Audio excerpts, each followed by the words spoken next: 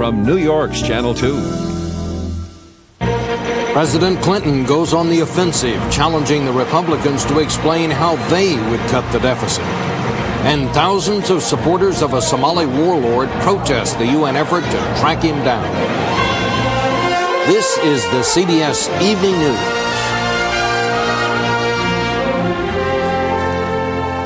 And this is Bob Schieffer reporting. Good evening. President Clinton hit the road this weekend, and for the first time in a while, it wasn't just because he wanted a change of scenery after a disaster-filled week at the White House. In fact, things went fairly well for the president this week, and he couldn't wait to tell everyone about it and to lay down some new challenges to the Republicans. Jim Stewart's at the White House, and here's his report. Finally, there was something to toot his horn about. Yesterday afternoon, a Senate committee passed Mr. Clinton's budget package, so last night he was jamming with jazz all-stars at the White House. Today, the president was still glowing in the warmth of the committee vote, basking in the friendly welcome offered by fellow Democrats and graduating seniors at Boston's Northeastern University. Despite a job market that's one of the poorest to ever greet college graduates, Mr. Clinton told the grads, "You just gotta hold on." We are beginning to move this country, taking down the obstacles to progress and prosperity, putting our economic house in order. That means first getting his own political house in order and disrupting the Republicans. Yesterday's vote was along straight party lines, and next week's full Senate debate on the economic package promises to be a brawl. Today, the president threw the first punch. Now, there are some lobbyists and some legislators who don't like the plan, and they say things that are popular. They say, more cuts, less taxes, but no details. No details. Then when you look at the details, you find that the details hurt the middle class, the working poor, the vulnerable elderly. While in New England today, Mr. Clinton is also attending fundraisers for Senator Edward Kennedy and Majority Leader George Mitchell of Maine, key figures in the upcoming Senate debate. Passing the economic package is absolutely critical to the Clinton administration. If Democrats are going to prove that they can govern when they control both Congress and the presidency, this is one fight they can't afford to lose. Jim Stewart, CBS News, the White House. The president was not the only one talking about his program this weekend. Republicans organized a big presentation of their own. Their point was not to get behind the president's program, but to get rid of it. Here's a look at how that was going. Good to see you. Thank you. Thanks for coming. As Republicans gathered outside Lynchburg's public library, there was clearly one thing on their mind. Taxes. That's always a biggie. The messenger here, first-term Congressman Bob Goodlatte, and there was nothing subtle about his message. The president's budget plan means taxing and spending, a message that seemed to strike a chord with this audience. I have seen our families in this country get lean and mean, and it is time for the government in this country to get lean and mean. Republicans like the town meeting format to promote their agenda, and they believe their message is a winner. Former Republican Congressman Vin Weber. It's sort of a labor of love for Republicans right now to get out there at the grassroots level and really, frankly, whip up opposition to the Clinton tax proposals. One of the top strategists behind the new battle plan is Texas Congressman Tom DeLay. We're trying to use all the high technology that is available today, fax machines, email, all kinds of things, satellites, in designing a communications package. DeLay's plan of attack had Republican Congress members out coast to coast this weekend, talking to local reporters, on cable television, and on the radio. But the message was always the same. The president's plan is bad for you. Any way you look at it, you lose. Mostly they held town meetings. This is a dishonest administration. DeLay himself joined new Senator Kay Bailey Hutchison for a show and tell in Houston, Texas. I'll just tell you that all of us in this room will be fighting for the taxpayers and the working people against any new taxes in this deficit reduction package. I challenge you to put a budget together like common folk. Supporters of Ross Perot's I Might Run for President movement sponsored Representative Jerry Solomon's rally in New York. I'm Congressman Jerry Solomon. That's right. Good to see you, sir. The Perot people are the Republicans' main target group now. They feel they are key to winning back the White House. So this weekend, the Perot people were the objects of a lot of Republican fawning. Perhaps get some Ross Perot common sense thinking in Washington.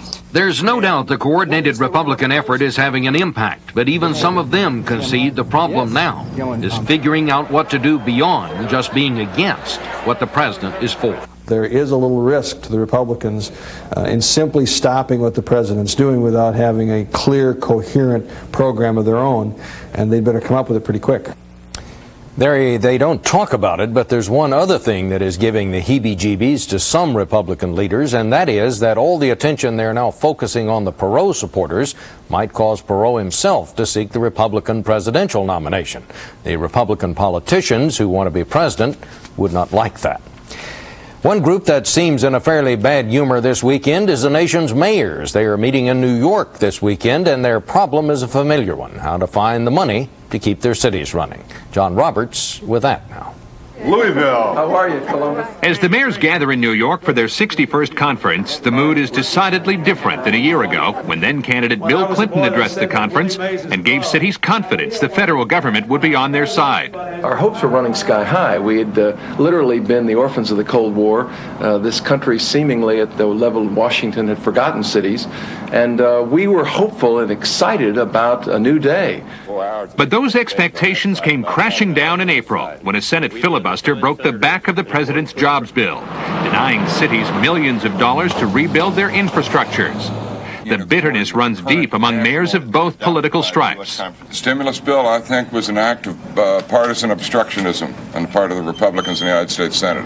Through 12 years of Republican administrations, payments to cities decreased 75%. Recently, New York was forced to cut millions from much-needed social programs, a trend the mayor says can't go on much longer. We had better expend some resources in these areas if our nation is going to continue to be a major world-class power. Even mayors from cities surveyed to be the most livable in America, with low unemployment and booming economies, know they're not immune. We've got to find the resources to be able to cope with these problems. But with the national debt clock spinning at more than $4 trillion, mayors will be hard-pressed to convince some members of Congress that cities are worth spending the money on. We're going to have to be able to get more mayors and more local county officials in these communities that have Republican senators to send a message very clearly to their elected officials that you're misreading your hometowns. The nation's mayors are hopeful that despite the death of the jobs bill, President Clinton will make good on his promise to help rebuild America's cities, even if it comes in dribs and drabs rather than one highly touted stimulus package. John Roberts, CBS News, New York. And still ahead on tonight's CBS Evening News, an angry protest against the UN role in Somalia and prison horsemen riding the trail to rehabilitation.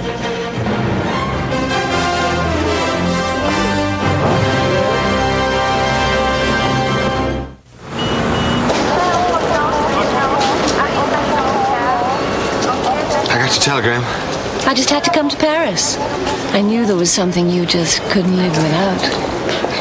Taster's Choice. Savor the sophisticated taste of Taster's Choice. It's wonderful. The view, the Taster's Choice. Is that all? No.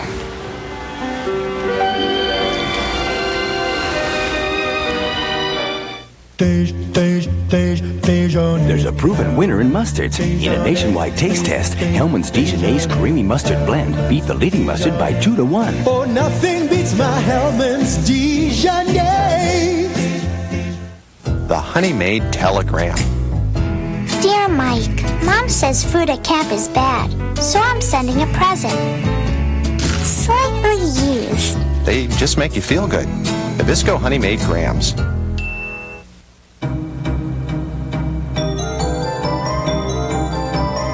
Attention thieves! Flimsy locks on doors. Fencing back is so high nobody can see you. Easy access windows. Take your time. It's the obvious but overlooked things that attract burglars to your house. To help make your home burglar-proof, see your Allstate agent. You're in good hands with Allstate. Somali warlord Mohammed Farah Aidid remains a free man tonight, taunting the UN forces who want him in handcuffs. His supporters rallied today to denounce the UN in general and the United States in particular. Bob Simon in Mogadishu has our report. Bob? Bob, General Aidid could be the most wanted man in the world right now, but he has not fled the country. He's not fled Mogadishu. He's right here, surrounded by his supporters in a very densely populated neighborhood, defying the United Nations, challenging them to come and get him. Thousands of his followers were summoned to a rally today. Aidid was not there, but the people spoke to him, shouting, "We are following you. Let us go forward together." They burned incense to symbolize their readiness to die. All the UN's efforts to emphasize the multinational character of the military operation didn't convince this crowd. The slogans were anti-Clinton, anti-American. The surveillance helicopters were American too. So were the Harrier jump jets, which came around for a look. They were from the amphibious task force, which is expected to arrive offshore tomorrow. A Moroccan Air Force plane arrived this afternoon to take home the bodies of the 5 Moroccan soldiers killed in Thursday's offensive. There are 18,000 UN troops in Somalia right now, more than enough to mount the kind of operation which would be required to capture General Aidid. But UN officers say it would almost certainly involve heavy casualties on both sides, which is why it is not being done. In fact, when the amphibious task force arrives tomorrow, the plan is for none of the 2,200 Marines on board to disembark. They will be held in reserve in case something goes wrong. The UN forces on shore will see them as an insurance policy. The Somalis will see them as the latest incarnation of gunboat diplomacy. Bob? Bob, is it still fairly tense there? It's getting angrier all the time. A French journalist was shot dead here yesterday. Today, an American TV crew was chased off the streets at knife point. Just about an hour ago, less than an hour ago, machine gun fire rang out at UN headquarters, which is those lights just behind me, and the UN put up tracers and then a helicopter to look around. We don't know exactly what it was. We will find out tomorrow. We're not going to check it out tonight. Bob? Okay, thank you, Bob. In Bosnia today, Serbian forces granted permission for a UN relief convoy to head for the besieged Muslim enclave of Gorazda. Many of the 70,000 people trapped there are reported suffering from starvation. Barry Peterson reports that for a change, Sarajevo is one of the quiet places in Bosnia today. Sarajevo as it should be. No explosions on the skyline. No running from snipers. Markets had cherries and radishes, food for the body. Even books, food for the mind. Some dug for food, a reminder of the destitution this war has brought. But this being Yugoslavia, there was plenty of trouble elsewhere. In one area, 15,000 refugees from new fighting. Shelling in another. Trouble brewing in a third. A vote for independence in a Serb-dominated province that Croatia wants back. Guns are ready on both sides. Even trouble outside Yugoslavia. Arabs in Egypt taking up the cause of the Bosnian Muslims. Meanwhile, yesterday's UN vote to send in 7,000 more troops will take months to implement. America's role is unchanged, air cover only. To the Europeans, Yugoslavia has been a sad lesson in the new world order. The lesson being that America will not always provide leadership and that America will not always pick up the pieces. The Europeans, even though they dislike it, will be forced to think about their own security and to put together their own forces and to spend much more money on their own defense and security. So Lord Owen, whose peace plan failed, meets European leaders tomorrow in an emergency session. Peace settlement is no longer sort of academic luxury. It's a present-day reality. We've got to get this war ended. Yesterday's enemies are becoming today's allies. Serbia and Croatia are reportedly close to a deal this weekend on finally carving up Bosnia. That bizarre twist was matched tonight by the Muslims, who say unless the attacks on Muslims stop, they'll blow up a major chemical plant, which they claim could spread deadly chlorine gas across Europe. Barry Peterson, CBS News, London.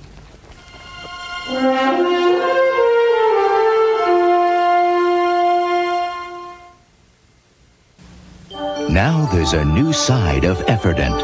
Introducing two-layered Effordent with Arm & Hammer baking soda to help clean and freshen. Two-layered Effordent. Clean, fresh dentures come out of the blue. Miss Buckley! Conrad! They had a love affair with butter, but cholesterol ended that romance until... William! I can't believe it's not butter. I can't believe it's not butter. The taste you love without the cholesterol. What would you do for a Klondike bar? Would you sing I'm a Little Teapot? No, not me. I've got a rich, creamy Klondike bar.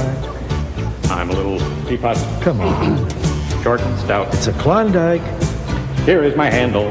Here is my spout. Oh, here you go. Here is my... For that chocolatey coated ice cream, loaded big and thick, no room for a stick. What would you do for a Klondike bar? You can put your spout away now, sir. You like it? Is that new Bonneville yours? They really changed it, haven't they? That's sharp. I figured you for a BMW or a Lexus. Well, I checked them out. But with the Bonneville, I got everything I wanted. Leather, airbag, anti-lock brakes, and the power, the handling. Mind me asking? It was 10,000, 20,000 less than the BMW or Lexus. We are driving excitement, Pontiac. I like it. Me too. I'm Charles Carroll. America and Western Europe are now allies with no enemy. Where does that leave the alliance? Join us this Sunday morning. NASA officials say things are on a schedule for a launch tomorrow of the Space Shuttle Endeavour. During the 8-day mission, the crew will retrieve a European scientific satellite and practice procedures to be used this winter for repairs on the Hubble telescope. 2 Russian cosmonauts took a 4.5-hour spacewalk today to replace a broken handle on their Mir space station. The Russians are preparing for a joint mission with French astronauts next month. The presidents of Russia and Ukraine agreed this week to a 50-50 split of the former Soviet Black Sea Fleet. But there is still no agreement on what to do about the old regime's nuclear arsenal. Sunny Kennard has our report on that. In the new world order of disarmament and defense cuts, this Ukrainian nuclear missile base was not supposed to be cause for concern. It is. This is definitely #1 priority. It is higher than Saddam Hussein taken together. It's higher than everything. Ukraine has said for 2 years it would give up its arsenal of nuclear weapons, but it hasn't. Of the 4 former Soviet republics with nuclear missiles, Russia, Belarus, and Kazakhstan have all ratified the first Strategic Arms Reduction Treaty.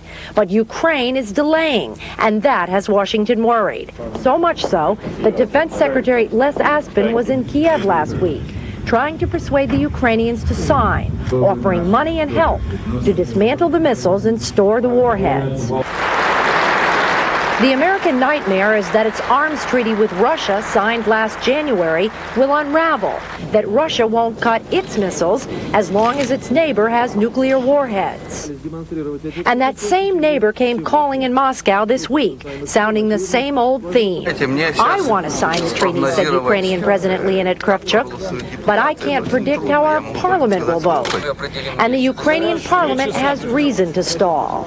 Some of the Ukrainian politicians are sure that they are playing substantial role in the world policy only because of their nuclear status. Hardly they send these weapons in Russia. Next day, nobody remember who is Ukraine and where it is located. Add to all of this a concern about safety. Russia says the missiles are not being properly maintained and warns the fuel could explode. The Ukrainian parliament says it will vote on the treaty by early July, but they've put off the vote more than once before. The missiles are a bargaining chip for world attention that Ukraine seems reluctant to give up. Sunny Kennard, CBS News, Moscow. In Japan today, caretaker Prime Minister Miyazawa set new elections for July 18th. He lost a vote of confidence yesterday when members of his own party rebelled over his failure to fight corruption. Officials promise the early July summit of major industrial democracies in Tokyo will not be disrupted.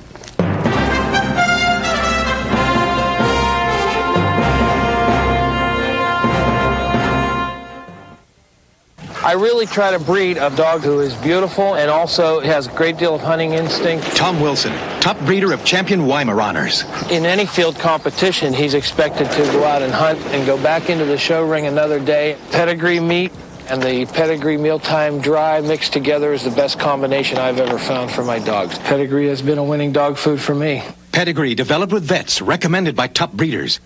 Win a Chevy Blazer from Pedigree, free. Details where Pedigree is sold. The doctor said to use hydrocortisone cream for my itch. Try Preparation H hydrocortisone cream to effectively relieve problem itch. It worked great, and I didn't need a prescription. Preparation H hydrocortisone cream. Prescription strength without a prescription. Every second of an asthma attack can feel like an eternity. That's why there's Primatene Mist. Primatene opens clogged breathing tubes fast when speed counts. Primatene Mist, fastest type asthma relief without a prescription. When you think about plastic, you may think about things like strong, lightweight garbage cans. Think again about life-saving automotive airbags made of plastic. When you look at these plastic containers, you may wonder if they're being recycled. Take another look. Millions of them are being recycled every day, which we can use to make things like strong, lightweight garbage cans. To learn more, call this number for a free booklet and take another look at plastic. The president's tax package dodges one bullet. Now the Republicans get their shot. Minority Leader Dole and also Democratic Senator Moynihan face the nation Sunday. Billionaire publisher Walter Annenberg is making the largest gift ever to a prep school, $100 million to his alma mater, the Petty School in New Jersey. The Annenberg Foundation is also giving $120 million each to the University of Pennsylvania and to USC, and $25 million to Harvard. The first storm of the hurricane season has developed in the Gulf of Mexico, but Tropical Storm Arlene is so close to shore, it is not expected to intensify. Arlene pelted coastal Texas with heavy rain today. Storm and flood warnings are posted from Brownsville to Port Arthur. In England, the Nobel Prize-winning author Sir William Golding died today at his home, apparently of a heart attack. He was 81. Golding's best-known novel is Lord of the Flies, about a group of marooned schoolboys who gradually descend into barbarism. UN peacekeeping operations in the 1990s are a far cry from what they've been in years past. That difference is the subject of Bruce Morton's personal commentary tonight. The United Nations is doing a new kind of peacekeeping these days. It's a lot harder than the old kind, and it probably won't always work. The old kind of peacekeeping involved putting a small United Nations force between two hostile groups or countries. If they really didn't want to fight, the UN presence gave them a good excuse not to. This worked between Greeks and Turks on Cyprus, between Syria and Israel on the Golan Heights. Now the United Nations is in the business of enforcing the peace, and that raises new problems. First, the international community may not agree on what to do. Aggression paid off in Bosnia because neither the UN nor NATO could agree on how to stop it. Second, modern warfare is very technical, and an army made up of units from different countries, trained differently, armed differently, commanded differently, will have problems that a force from one country wouldn't have. Somalia, at times, has been an example of that. The United Nations has a force in Somalia. It has a big force in Cambodia, but whether either of those countries remains peaceful is a genuine question. That's because, aside from the problems I've mentioned, there's one other, which is more basic. It is very difficult, maybe impossible, to stop people from fighting when they really want to fight.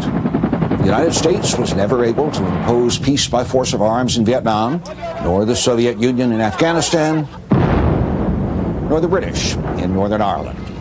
It's unlikely the United Nations will do any better.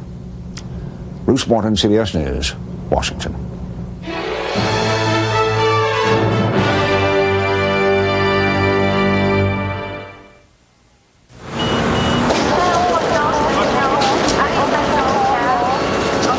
I got your telegram. I just had to come to Paris. I knew there was something you just couldn't live without. Taster's Choice.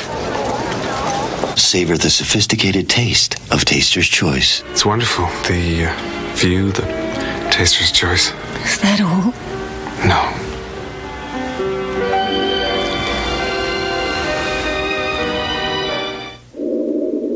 If you're looking for distinction and value in a luxury automobile, the answer is the special edition Cadillac DeVille. Equipped with luxurious options such as Phaeton roof, gold ornamentation, and leather seating areas. At a savings of $1,490 plus a $2,000 bonus direct from Cadillac for a total of $3,490. The special edition Cadillac DeVille, changing the way you think about American automobiles. at Econo Lodges all over America. Pick up an entry form and you could win one of 7 $50,000 giveaways in the sweepstakes they call Choiceosaurus.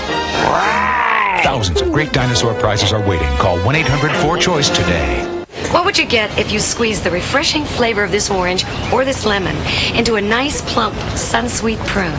You'd get delicious new Sunsweet orange essence or lemon essence fitted prunes. Better hurry before someone gets yours. Our last story tonight, with America's prison population at record highs, officials are looking for new ways to utilize inmate time. Well, in Colorado, that means using prison labor to tame wild horses. Sandra Hughes reports. You get a real adrenaline rush from it. It's just like riding on a Ferris wheel or something, you know? It's like a carnival ride. They may look like cowboys, but after a day of breaking wild horses, these men are frisked and then taken back to their cells at the state prison in southern Colorado. They are inmates who are saddle training wild horses to be adopted by the public. There ain't no other place that I've ever heard of that you get this kind of training. You learn how to horseshoe, halter break them, and even learn how to ride. The idea was born out of the need to find homes for the tens of thousands of wild horses which roam the western states. So many in some areas that it's necessary to remove them to prevent environmental damage. There's too many out there, and some of them are overgrazing. We still need to get the number of horses off the range and into good homes yet. And to increase that number, the Bureau of Land Management is turning to inmates to saddle train the horses, making the animals more attractive to those who want to adopt. I kind of take pride in, in these horses, the ones I've worked. Convicted murderer Tommy Alvarez is one of 24 inmates helping train the horses. In his cell, he keeps pictures of his favorites. This was my toughest one to let go, was Thumper. Thumper wants to play. Thumper was adopted by Larry Cornell, along with 3 other prison-trained horses. Cornell rides his horses in Colorado's rugged high country. This horse is kind of special to me. He just kind of feels like what I want. They're good horses. That sentiment is echoed by federal officials who say the program means they can sell for a small fee some of the wild horses which now cost the government more than $9 million a year to maintain. But the real payoff may be in the prison itself, where the training, the caring,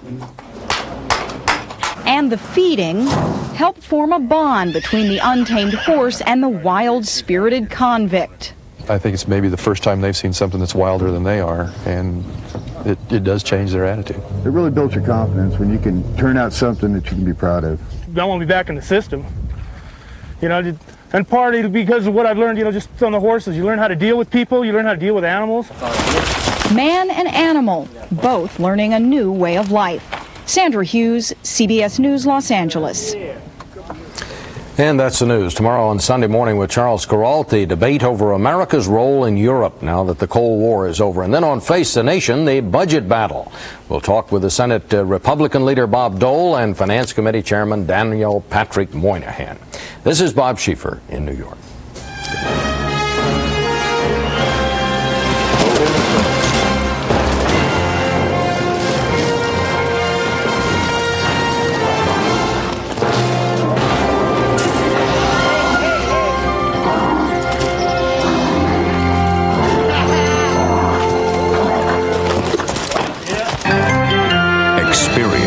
CBS News. Turn to turn, thrill to thrill, flag to flag coverage of a NASCAR classic. Live from Michigan International Speedway, the Michigan 400, Sunday. This is CBS. Coming up, severe weather threatens to hit our area, breaking the back of the stifling heat wave that's broken records throughout the region today. And we'll go live to Goshen, New York, where a church torn by allegations of sexual abuse tries to turn a new page. And Queens throws itself a party, a celebration of what makes the borough so special. Good evening, I'm Mary Murphy. And I'm Troy Robertson for Reggie Harris. Channel 2 News Saturday.